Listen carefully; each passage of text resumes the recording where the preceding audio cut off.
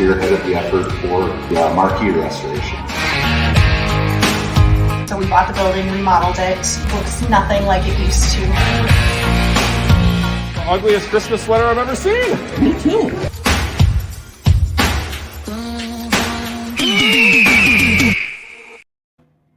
I was just asking Austin, the media director of media for the North Iowa Bulls, how old he is, and then we decided to come on air. Welcome. This is our, what number is this, Christina? 28th podcast. First time we have involved a sports team. And what other sports team are we going to go with? We're going to go with the North Iowa Bulls. I'm going to bring on Austin, and I'm sorry, Austin. Christina was 100% right. I do not remember your last name. Drowdy. I knew I was close. You've been with the team for about 9 years? Yeah, this is season number 9. Before we get into any of that, you and I were talking a little bit about Moneyball, one of your favorite movies. One of my favorite baseball movies, definitely. I'm trying to think, okay, I would put that for baseball movies. Obviously, Major League is a huge one. And I know we're in a hockey arena, but you're going to understand this coming up in just a bit. But Major League is up there. But I was paging through Netflix, and Moneyball came up, and I'm like, why do you like that movie so much? Why is it such? It doesn't have to be a guy's movie. It's just the epitome of sports, and I think anyone can understand, especially coming from the Midwest. We don't have huge towns. You got Chicago, you got the Twin Cities, but obviously Iowa coming from a small town. I think it's a little bit closer to our heart when we watch something like that.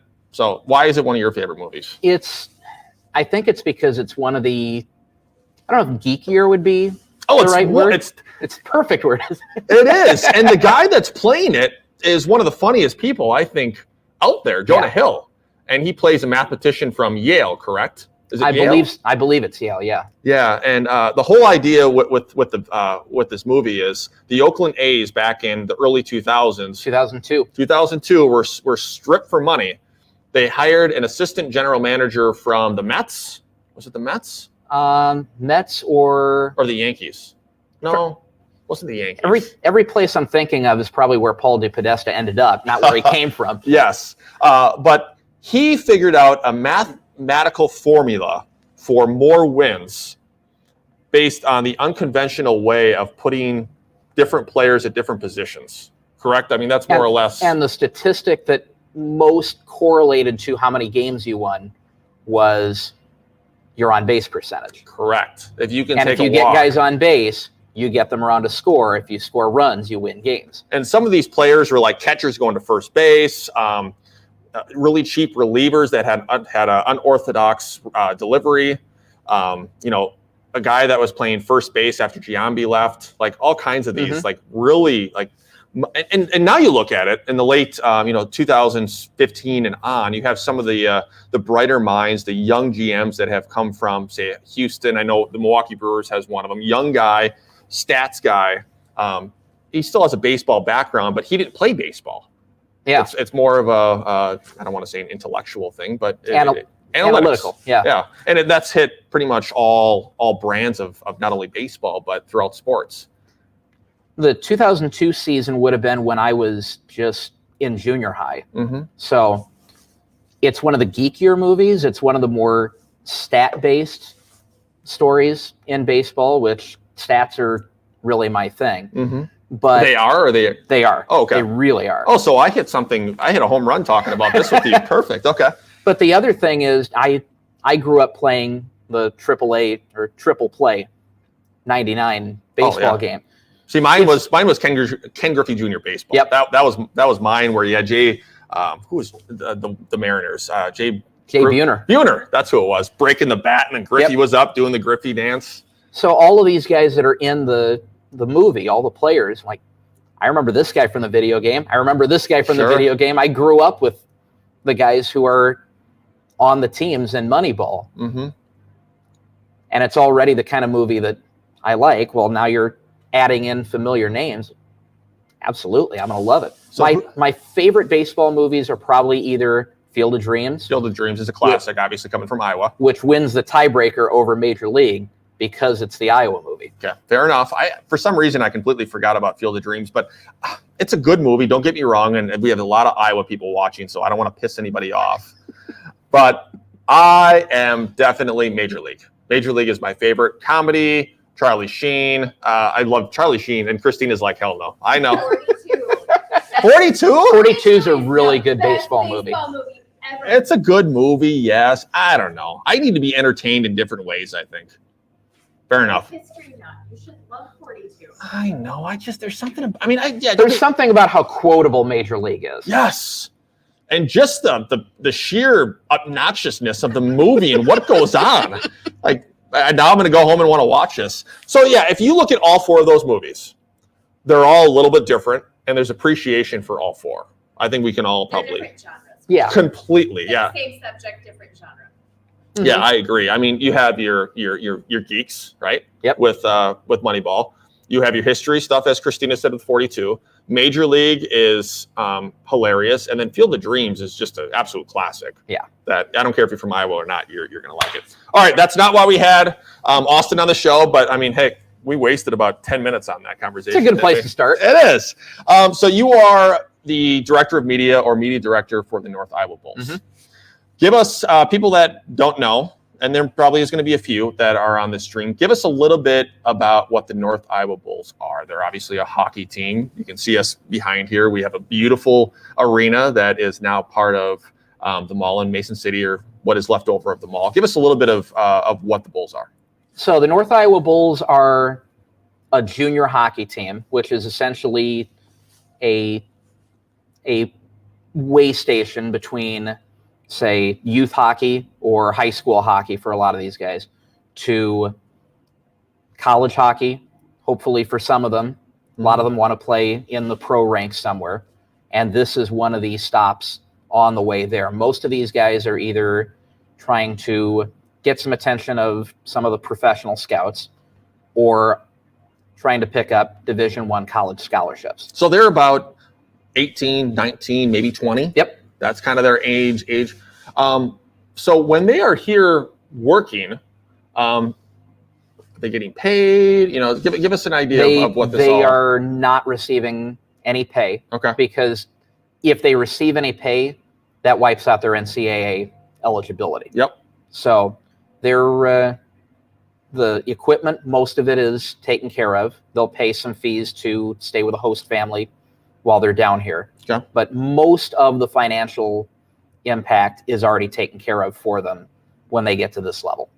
And how long, give us a little bit of history of the North Iowa Bulls. So the North Iowa Bulls started in 2011, a team in the North American Hockey League, which is the same league that the Bulls are in now, had been here from 2005 to 2010. And there's been junior hockey of some sort in Mason City since the early 80s. Oh, wow. Okay. That team in 2010 left for the La Crosse, Wisconsin area. They're in Chippewa Falls now.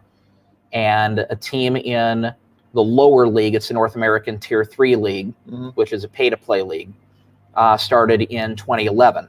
Okay. And that's where the Bulls began. Four national championships in 10 years later. I was going to say, I've seen some banners around. The decision was made to, we had a sister team in Amarillo, Texas. That team moved up here to take over the North Iowa Bulls name, identity, and we rebranded the NA3HL team to the Mason City Toros, which carries on their legacy now. So for the first time this season, we have two junior hockey teams in Mason City. Never been done before. And that says so much about North Iowa. And that's something that I've mentioned even since my TV days, that, you know, if you're around here and you stick around long enough, it doesn't matter who you are, what you do, all the way up to a level like this. The home or the community around it will support you. And that's what they're doing right now. You're pulling in good figures and attendance for both the Toros and the Bulls. Yeah. Are you not? I mean, you're talking about, you know, anywhere from over 500 with the Toros to over average over 1,000. And that says a lot for the Bulls. And when we were at the North Iowa Fairgrounds, the Bulls were averaging about 900 to 1,000 a game. We moved down here about 2.5 months before COVID hit, which was a disaster for everyone. It was a really fortunate time to move down here. Yeah. Because when we came back for last season, all the social distancing measures are in effect. If we had been at the fairgrounds, that entire facility, when it was full, held about 1,200 or so. And how many are held here now? Max? And this will comfortably hold 2,000. Yeah. If you haven't been to this facility yet, and what's the name? Can we call it? It's the Mason City Arena. Mason City Arena. If you haven't been here yet, I mean, damn, get down here. This is the first time I had an opportunity to actually step foot. I've driven past it plenty of times. I've seen it on television. Just beautiful. Where did the idea come from to more or less upgrade from the fairgrounds? So there were two facilities. Number one, hockey in Mason City had needed a newer home. Well, if you've been around since the early 80s at the same place. And the building we were in at the fairgrounds, we called it the barn. And 6 months out of the year, that's what it is. Sure. So they pull the ice out end of March, lay down the dirt for livestock shows, horse shows, whatever. Could people go in there that had allergies? Oh, yeah. Okay. I have some pretty bad allergies. And I know whenever I had to like bale hay or anything like that, I mean. Frozen stuff kills it. Yeah. That's true. End of September, all of the dirt is gone. All the hay is gone. The floor is completely cleared. So maybe give it maybe a week or two, and I probably would have been better. But anyways, continue. Lay down the boards, lay down the ice. By the 1st of October, we're playing home hockey games in that building. But the building had served, I think, everything it could for hockey. Mm-hmm. And Southbridge Mall had lost JCPenney's, was just recently had lost Yonkers. So I think downtown was in need of a little bit of a lift. Southbridge Mall certainly was in need of some sort of repurposing of the space.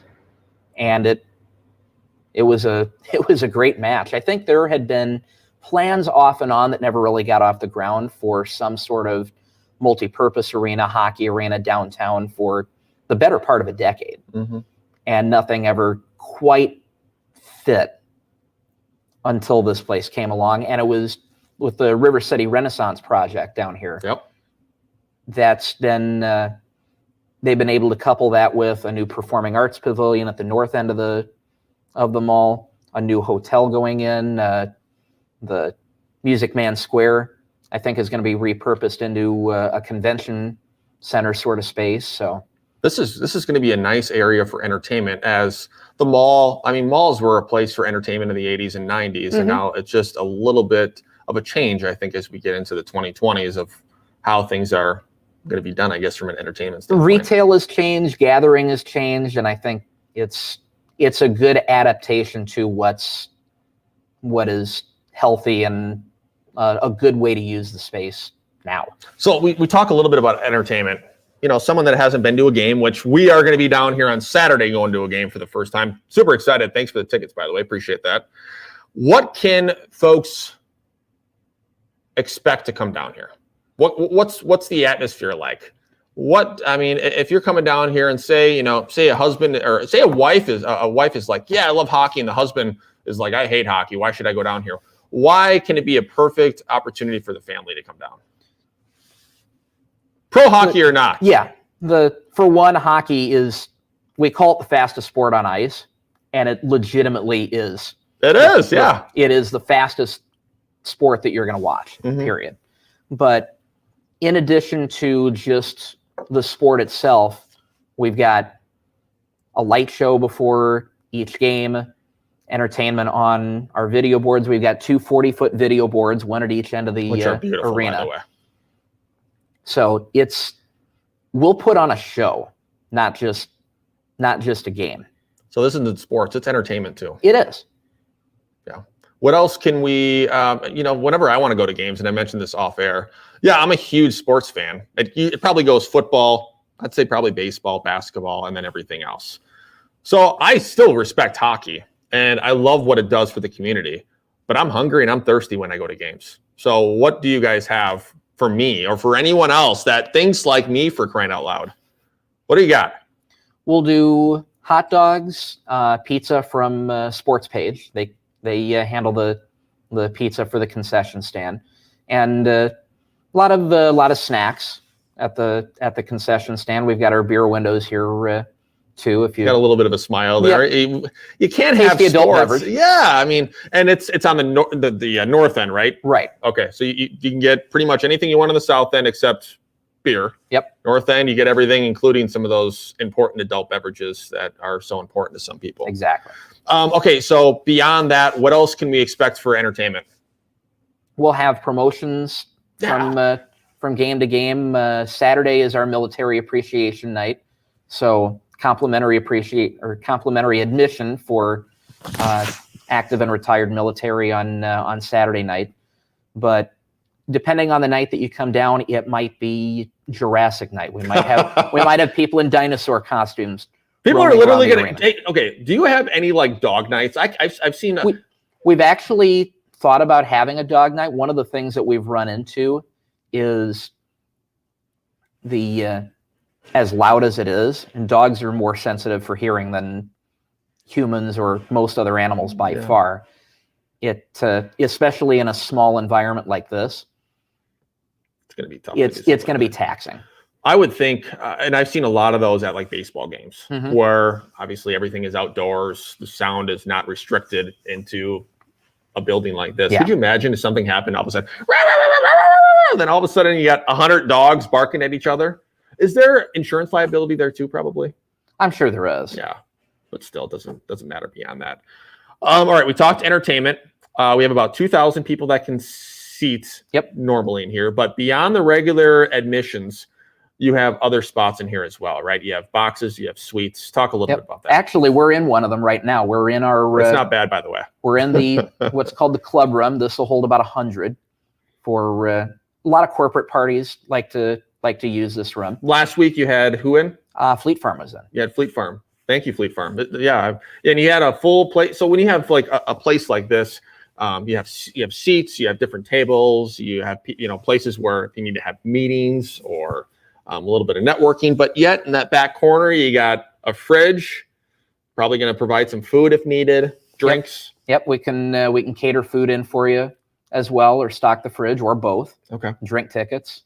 This is the biggest one that you have, right?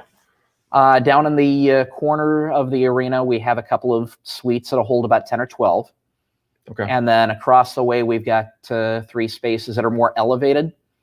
They're not necessarily private spaces, but they're more elevated. They're separated from the rest of the crowd. That'll hold about 22, 25 apiece. And a little bit, a little more personal, if you want to say, because I mean, if you're, there's not a bad seat house here. You look around, I mean, you're going to be able to see what you want, but there are some folks that want to go to games for different reasons. It might be for that casual conversation. It might be for networking. It might be just specifically because you love hockey. How many? Oh, Christina's doing something. Drinking, eating, entertainment. Beyond that, I want to ask you about your job a little bit. So you have done media here for 9 years. This is my 3rd year full-time with the team. I've done play-by-play to start, and then slowly worked in some other elements of the job, doing social media or writing game recaps, features, college commitments, that sort of thing. And then when I took over the media position in 2019, it became everything. Graphics for what we had for technology over at the barn. That's obviously a whole lot more now. Game programs, social media, graphic design. It's all encompassing. Do you have anyone else that's working under you, or is it just you doing all that work? We have a couple of interns that help out mostly on game nights, and then during the wintertime they'll be in the office a little bit more. And then we have a separate media manager for the Mason City Toros. So between the 2 teams, that's mostly separated out, but I would say 90% of the North Iowa Bulls work is a one-man band. Wow. So to anyone that doesn't completely understand all that, how is that different than, say, maybe the next couple of levels that go up? The next couple of levels, especially once you get to the pro levels, AAA, AA, essentially, it's more specialized the further you go up. So in, say, the pros, you may only be handling play-by-play and media relations. Somebody else is on staff to do social media and graphic design. Somebody else is on hand to do the game night entertainment or coordinate promotions.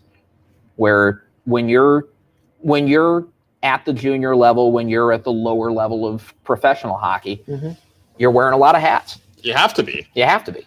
So corporate structure, and I say corporate, you're not corporate, but like a business structure, what does it look like? So you have your owner. Talk a little bit about your owner. So our owner is out in California, is involved in transportation out there. That's his full-time work. And then the company that owns us also owns a twin rink hockey facility, ice skating facility out in the Bay Area. They've got a program out there for players and for hockey and figure skating, that sort of thing. Okay. And then they have he has a management company basically that manages the hockey teams day to day. So that person, I'm thinking about this from structure. He's basically, again, founder, owner, CEO, whatever. His management, whoever he hires, that's kind of like they specialize on the hockey side. So they are that next step. And then who is after that then? After that is our COO, Kathy Corsello. And then I kind of work under both her and our head coach and GM on the hockey side. Okay. So I answer to both of them. You answer. So what's that like? So you're getting the business and yet you're getting the sport, which is fun for you because that's sports. I mean, that's how professional. If you think about football or baseball, you're getting kind of the same pull, business, but yet sports. How do you juggle that? It's a balancing act. You know, you're answering to the needs of both the business side, as far as how do we market the team? How do we bring in more fans? What needs to be produced as far as graphic design or something for the video boards or that sort of thing. Yeah. But at the same time, what needs can you take care of on the hockey side? You got a kid who's just committed to a Division I program. How do you market that? How do you and that's something that you probably want to mention to your fans, I would think. I mean, absolutely. That's huge. And right now you probably have some really good players, I'm assuming too, and we can talk about that as well. So marketing them is important. What kind of direction do you take from the GM and the head coach? Is it more about marketing those people? Is it making sure that there is enough food for them, making sure that they're not getting homesick, little things like that, and making sure that they're comfortable? So a lot of that is taken care of by our coaching staff and our COO and our front office staff. Most of what I handle is the marketing and media relations, community relations for the team. Before we talk about some of the players, how has things changed for you since the day that you stepped foot being employed at for the Bulls until now, besides the obvious of transitioning to a beautiful new facility? I'd say especially from the full-time side, with the new opportunities that we have, it's definitely busier than it was before. I mean, as far as marketing the team, as far as the media relations go, social media, that has not, that's evolved as much as anything else does. You're getting better at what you do. You're getting more polished at what you do. But now we've added on a whole lot of new opportunities with the technology, with the toys down here that were not there at the start of my time when we were back at the fairgrounds. And you're always looking to add, every year you're always looking to add just a little something more. And where can you see some of this stuff going within this facility that you guys haven't touched on for the next couple of years? Is there something you can say? I mean, maybe some of this is a secret because you don't want some of your competitors to know. I think a lot of it is being able to add on to the actual production or the actual show that we're putting on here. Like right now we run one camera and we're working on, okay, how do we, over the next couple of years, how do we add on to, can we get more cameras going? Can we get more interactivity with our fans? Can we get more graphical stuff, more technology to not just our video board and our fans, but also to our viewers who are watching the game online? So how do you get some of these thoughts? Are you pulling it from, have you seen the Carolina Panther augmented reality Panther that jumps around? Have you seen that at all? I've seen it maybe once or twice. Now, that would be something that'd be pretty cool. I have no idea how you'd be able to do that here, but that's one of the things that I can see that's going to happen. That's going to be spinning. You're going to see a lot more AR. You're going to see a lot more, 3D stuff. Is that some of the stuff that you guys have looked into at all, or is it more just, hey, we just want to bring more entertainment and more fun to the casual fan? That's mostly what we're aiming for, is to add the entertainment, add to the fun, take what we're doing right now, polish it, do it right, and then, okay, we've got this down. Sure. Now where can we add to it? And then it's like, all right, we'll just keep going until it's better. One thing we haven't talked about are the players. Every season, I'm assuming you're going to have your great players. You're going to have your players that, I say this with all respect, you're going to have the ones that are going to be sitting the bench sometimes too. They're getting the experience. They're learning from some of the leaders on the team. What do you guys have this year? We've got a few guys that are just kind of getting the experience right now. Some of them are younger guys that are. The youngest are just getting out of high school? Yeah, we've got a couple of guys that are 17. Area guys? No. We have one player from the state of Minnesota, where normally we've had 2/3 of our team from the state of Minnesota. When you jump up to the North American Hockey League, that grows significantly. From people from Minnesota? No, from the geographical range. Gotcha. Will jump immensely. Oh, I'm sure. So we've got, and a lot of our guys are recruited out of the eastern part of the United States, where our coaching staff down in Amarillo had its roots in the eastern part of the U.S. So a lot of those guys are guys that they were familiar with, they recruited. Okay. And those players moved up from Amarillo to North Iowa when the team moved up. Mm-hmm.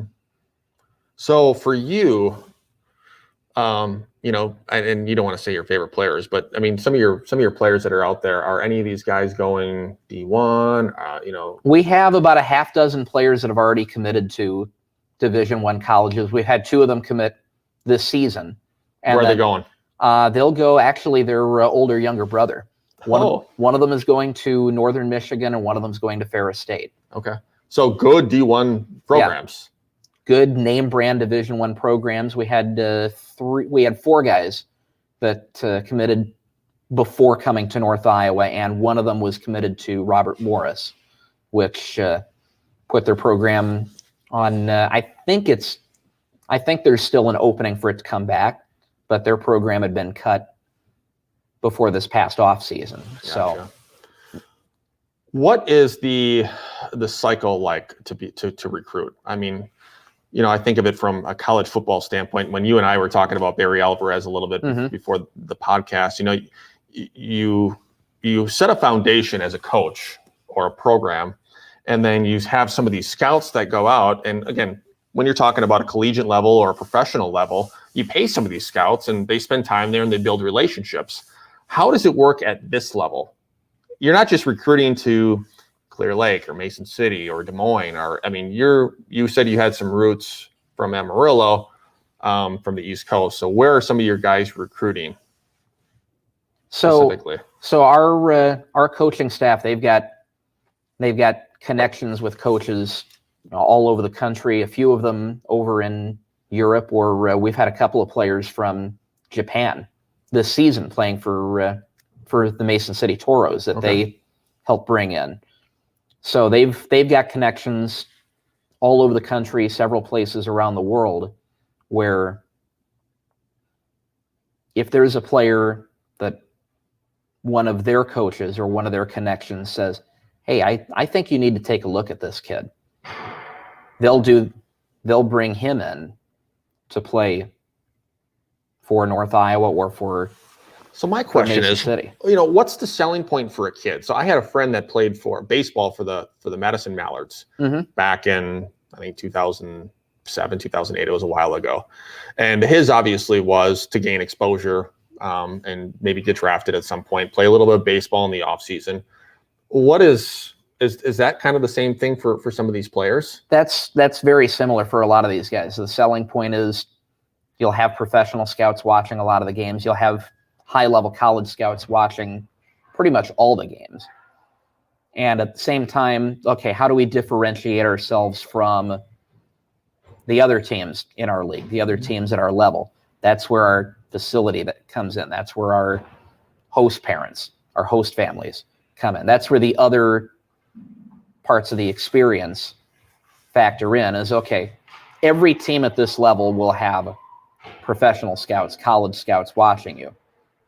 What else can we offer that's different from what the other 28 teams in our league are giving you? And what is it? I mean, I can tell you right now what it is. This certain freaking helps. This is a major part of it. We've got some fantastic host families. Yeah. Are these host families that are going to host like kids every year almost? Oh yeah.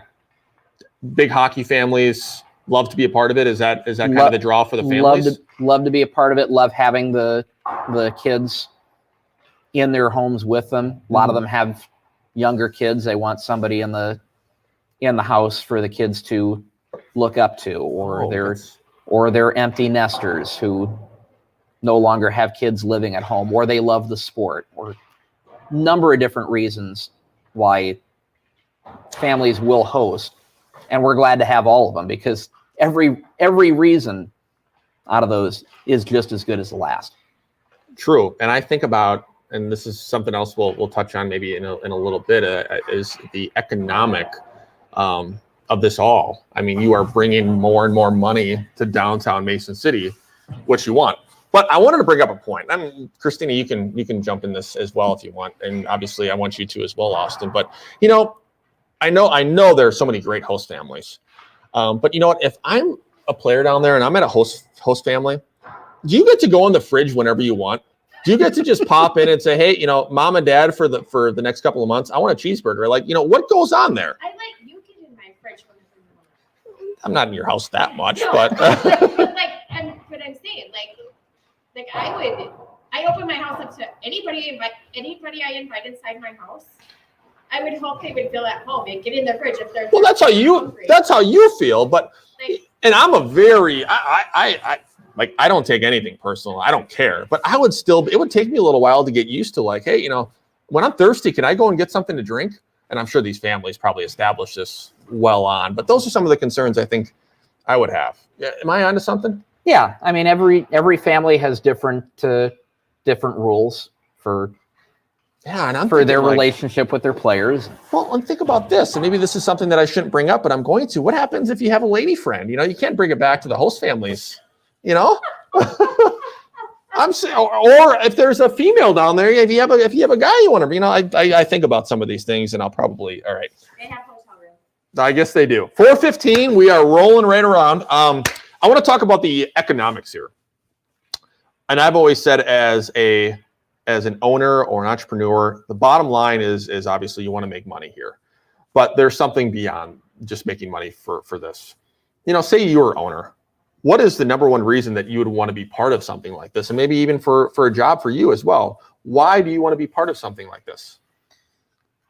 I love I enjoy what I do every single day. Mm-hmm. And I've got great people to work with down here, but I love the community aspect of it. I mean, when we started playing down here, and I noticed it more when we were playing down here, when we moved to downtown, we started getting more families down here. I started seeing a whole lot more fans down here that I'd never seen before, never met before. A lot of them brought their young kids with them. And I grew up a hockey fan from probably the age of 3 is the earliest that I remember. You're born and raised in Des Moines too, yes. Right? Which is, I don't want to say it's out of norm. Do you have a lot of hockey fans down in Des Moines? Got a lot of them. Really? Okay. So in Des Moines, when I was growing up, the Buccaneers, which are a junior team one level ahead of us. Were right in the middle of their heyday. They won, I think, between national championships, playoff championships, regular season championships. They won 9 or 10 over a decade. And where were they playing? They are still playing in Urbandale. Okay. They're actually working on a new arena at Merle Hay Mall, modeled after this one. Wow. So they have seen the impact. And the one impact that I would say is shown is, I don't know if you had as many sponsors, but there's a lot of sponsors in here. Mm-hmm. You're going to be willing to sponsor something this beautiful if you're a business, area business, rather than, no offense to the barn, but maybe you're not going to be able to get as many sponsors there. Have you seen an influx? There's been a good influx of sponsors down here. Yeah. And a lot of new fans that we've been able to cultivate down here. But when I see new fans coming in, I see their 3, 4, 5-year-old kids coming in. I kind of see what that must have looked like when I was one of those 3, 4, 5-year-old kids going to the game with dad, going to the game with mom, and learning to love this sport.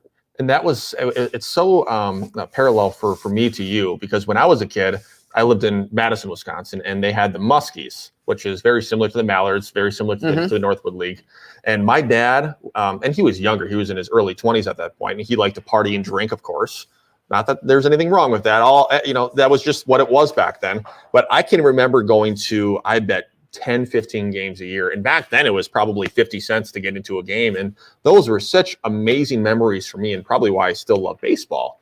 And probably, for you too. I mean, I can take you to the section of the arena in Urbandale where I became a hockey fan. I can tell you exactly where we always sat in Madison on the north side. I can tell you, and that's so, and I can picture one time almost catching a baseball and I remember my dad just I think he was over there probably partying or something, but I can remember exactly where I was almost catching that ball. It's just so funny how your mind works. If you're a big sports fan, you can remember all these little moments. Oh yeah. I have a moment too, and we're just getting off topic, but I love to chat. 1992, September, whatever. I was at the game, Packers and Bengals game, that Don Mikowski got hurt. Brett Favre went into the game, ended up coming back and beating them. And my dad lost his voice for about 3-4 days after that. And the rest is history. And the rest is history. Now we've had, back-to-back superstars and controversial quarterbacks, to say the least, but we're not touching that anytime soon. Well, 10 more minutes left. I want to ask you a couple of personal questions. Don't worry, I'm not going to ask who you're dating or what kind of drink you have or whatnot. But favorite sport, and it can't be hockey. Name something else besides favorite hockey. Sport other than hockey, probably baseball. Baseball. Growing up in Des Moines, Cubs fan? Big Cubs fan. Cubs fan, Royals fan, occasional Twins fan. 90s were tough. 90s were tough for all three of those, weren't they? Cubs. Oh, yeah, Royals too. Damn.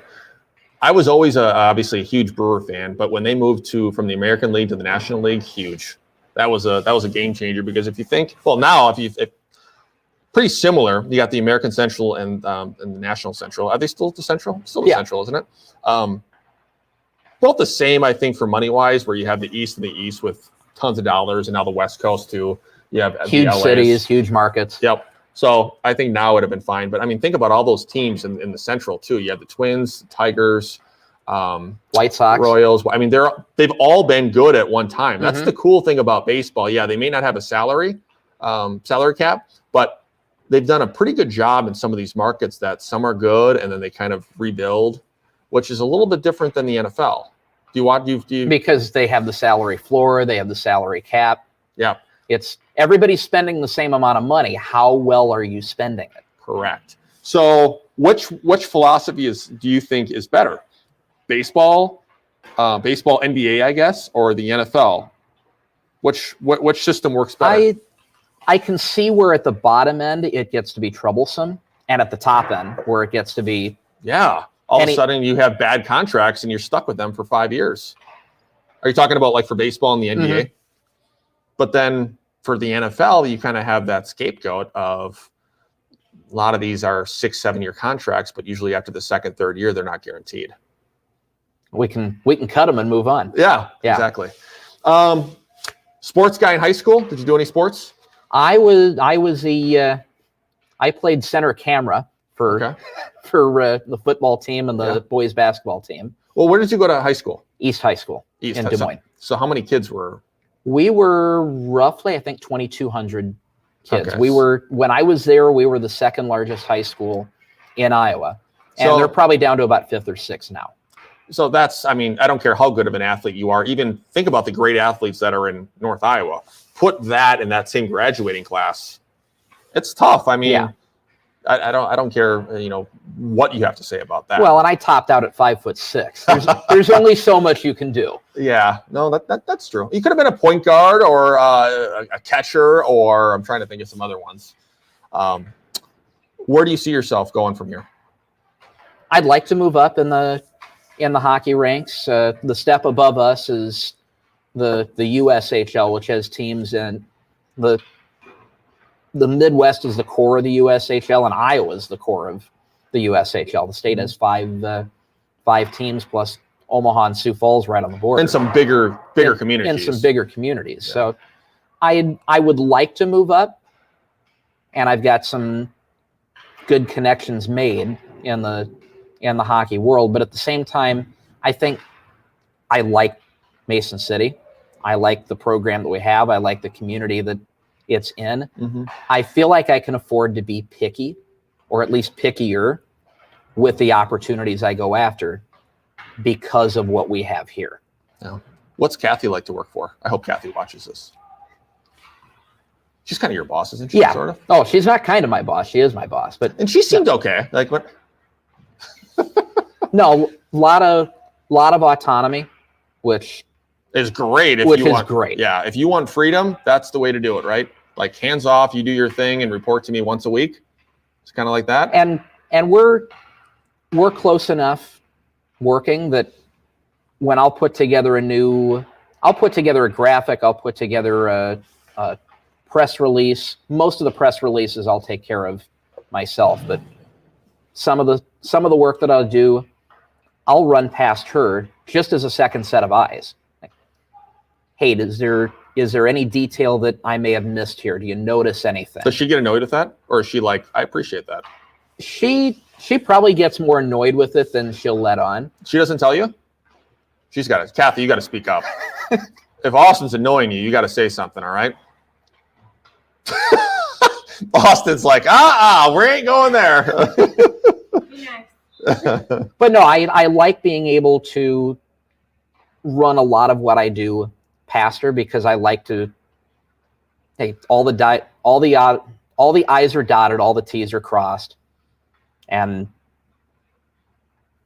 that's just the way it is, right? Yeah. 2 more questions. Favorite thing about Mason City, because you're not born and raised here, but you've been here for 9 years. Yeah. Favorite thing? It's big enough that there's a lot going on, but it's still small enough that that sense of community is still there. I went to school in Des Moines, and I've covered like small town high schools, like Ackley, Iowa, Parkersburg, Iowa, towns of a couple thousand. And Parkersburg their football team is just down ever since what's his face left, right? Ed Thomas. Yep. Yeah. Ever since they lost Coach Thomas, it hasn't quite been the same. But I really like the small town near the big city, and Mason City is really the best of both of those. It's the epitome of I think in Iowa in general, because it's a hub. It gives you everything that you would think with Iowa, your farming, your agriculture, your business, but yet it has everything you would need from a big town too. Mm-hmm. I mean, 2 hours from Des Moines, 2 hours from the Twin Cities. Can't beat that. And you have a great lake that's 15 miles west. It's not far. That's one of my favorite things to do, is sit out on a warm day next to Clear Lake, throw open a book and read. Yeah, it should be. It's a beautiful, beautiful spot. Last thing, and then we're done. And then you're done with me for at least a little while. Actually, I'm going to have 2 questions. Christina knows me. Favorite thing about working here? I think it's probably the people I'm working with. And Coach Sandin is the same way, autonomy and accountability together. But not just that, the guys that play for the team. I mean, it's got to be fun to get to know some of those guys. It really is. And then see their progress and, even from the start to the end of the season or where they go and see them in 5 years somewhere else doing well. They're great kids. They're great hockey players. And like you said, it's really fun to see the progress that they make and the people that they become. We just had a player who won not our most recent national championship. That was this past April. But the previous championship that we won 5 years ago, played Division III college hockey and finally landed a spot in the pros at the start of this season. He'd played like semi-pro last year, finally found a place to play during COVID. This is the first real stable year I think he's probably had. 2 steps from the NHL. His first game's playing in Coralville a couple of weeks ago. Had 2 goals in his very first game at one of the highest levels we've ever sent a player to.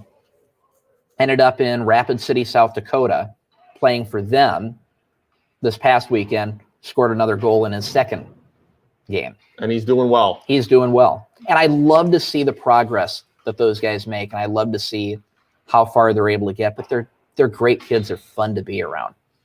And our office staff, our coaches, our front office, they're fun to be around. That's kind of the culture, I think, in sports too. Is, I mean, any business or anything. I think of, and no offense to the accountants out there, like what a stale. I mean, we need accountants, we need CPAs, but unless you have some personality in there, you're just kind of, but that's any business. But this is a little bit different, is it not? I mean, being around sports, excitement, entertainment, but yet everyone is still accountable for what they do. They have to be. Last question, and who knows if this is going to branch out, but I look at you. We were talking about Moneyball, and it's a good way to kind of end things. This is one of those stand-up comedian callbacks, isn't it? I hope right at the end of the routine. Yep. I think of Moneyball, and everyone that watches that wants to be Billy Beane, right? Or wants to be the protege. If there are people out there that are watching, if it's young kids or even people in their 20s or 30s or even 40s, you never have to stop growing or wanting to change your profession. And they look at you as possibly a mentor. How can they break into the sports business and do something they love? I think one of the biggest things to do is there are a lot of opportunities now. I mean, you can get involved with a lot of the schools now have streaming or are putting more emphasis on their athletic programs. There are radio stations that, a lot of small town radio stations especially are in need of people.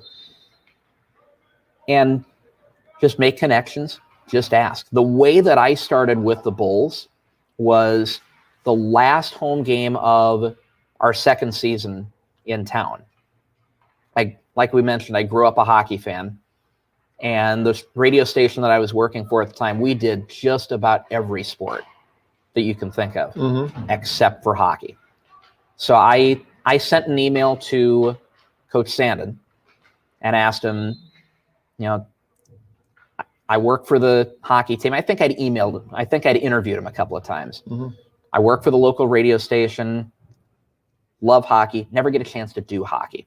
Would you mind if I came to one of the games, just strap a tape recorder to myself and see what I can get out of it? And he was probably all for it. As it turned out, the regular broadcaster for the team that night was away at a friend's wedding. I was just going to say a wedding. It was just like sparking. I knew it. The email that I got back from him said, "Thanks for the email. We're actually needing someone to fill in on Saturday night. Would you mind doing the game for real?" What? Are you not a believer of? I'm not a believer of coincidences. I'm a believer of everything happens for a reason. There are opportunities that are given to you throughout your life. Absolutely. That was it. That was it. That was 100. That's amazing. Wow. So that's how you started. That's how I got involved first with the North Iowa Bulls. and look at 9 years later. So your recommendation to the young ones, find any way to be part of it. Find a way to be part of it. Yeah. And there are plenty of opportunities out there to get started. All right, final thoughts. Go Bulls. Go Toros. Perfect. Thanks for being on. Appreciate it. Thanks for having me. All right.